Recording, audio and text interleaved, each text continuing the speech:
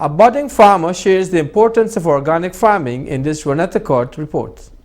Healthy diets contribute to healthy bodies. In raising awareness to the benefits of a healthy organic veggie-based diet, Channel 8 News visited the farm of a budding farmer, Royden Kurt, who practices organic farming methods, and he shared these details.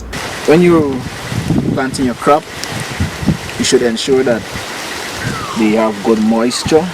When I planted these crops here, I ensured that it was in the cool afternoon, and you apply water to them right away soon after you plant them. At the root inside here, there's cow mold at the bottom when you plant this one here, because this is a fertile land, and I'm trying to go organic and to avoid all those synthetic fertilizer. He further went on to state why organic manure is better than synthetic fertilizers. The organic manure, unlike the one that is man-made, it has it lasts a plant's whole lifetime. It doesn't just give a plant a big boost and then the plant take out all the nutrients. The nutrients is there in the soil for years when you add organic manure to it. The young man outlined that it is not just the plant that should be taken into consideration, but its surroundings also. Go have a good integrated system where you do weed management, keep away pests. The last thing you want to do is to spray your farm. If you can avoid spraying, that should be your last resort in any pest management system. Once you ensure that your farm is clean, the insects won't have too much of a place to go, so that basically keeping them away by doing mechanical cleaning. He is urging the general public to practice organic farming methods, whether it is in their backyards or on a plot of land, and he shared this tip.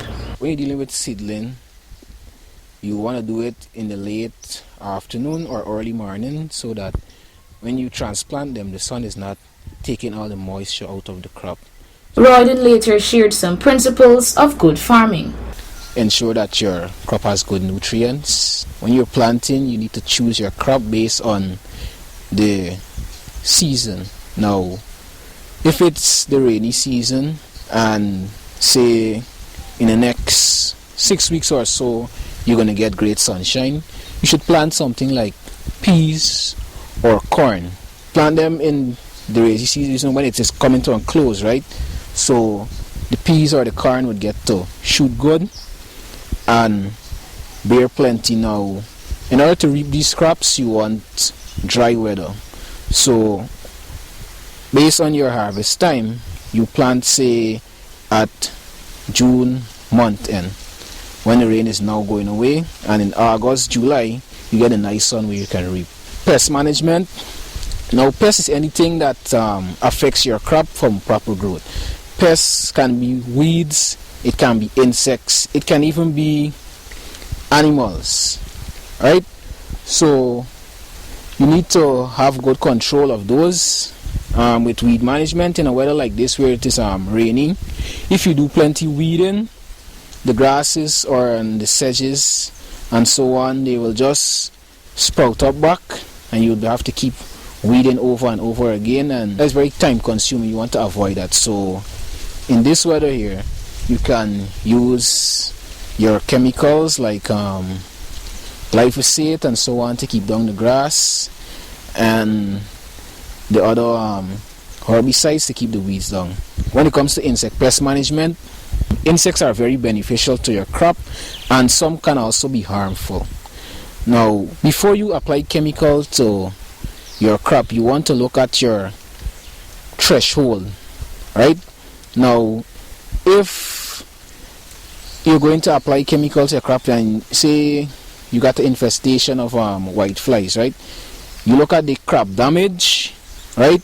You also look at the time when it will take to harvest, right? So if you get a crop damage of 1% and you're going to harvest in the next 2 weeks or so on, and the threshold for using insecticide is at 10% crop damage, you're not going to go and just waste chemical and apply chemical to your crop right away. You allow the insects to do what they have to do, and you don't know that in the 2 weeks time they won't reach the 10%. So you hurry up, you reap your crop, and you can slash out the place, and you end up gaining more, because with applying chemical you would have been losing money there. But in the case, say you're just planted and you notice that insect is affecting the leaves of your crop and they are already damaging it, you might notice some of the roots being plucked out and so on. What you want to do is apply chemical to your crop right away there, but avoid spraying in excess. You need to use the right dosage, right? And if you're going to apply insecticide to your crop, apply it to the crop directly so you can avoid killing the insects, because as I said, they are very beneficial. Some are decomposers, some help you with aeration of your soil and so on. Some even help you with pollination. He also mentioned, as for getting materials, your seedlings, your chemicals and so on, even though it's COVID, the agriculture shops that provide seedling are still open, and those same shops provides you with chemical to spray your crop and to protect you from insects. Kurt is urging young farmers like himself to seek advice from those who have been in the business already. You can seek advice from other farmers who have been in the game before you.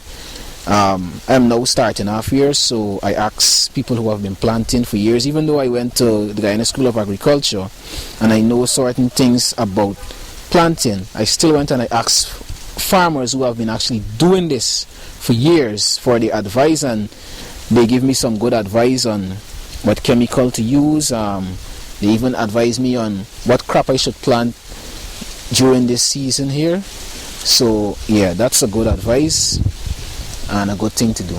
Organic farming practices result in healthy organic produce. The general public is urged to practice healthy lifestyles by eating healthy organic diets. Reporting for Channel 8 News, Renetta Kurt.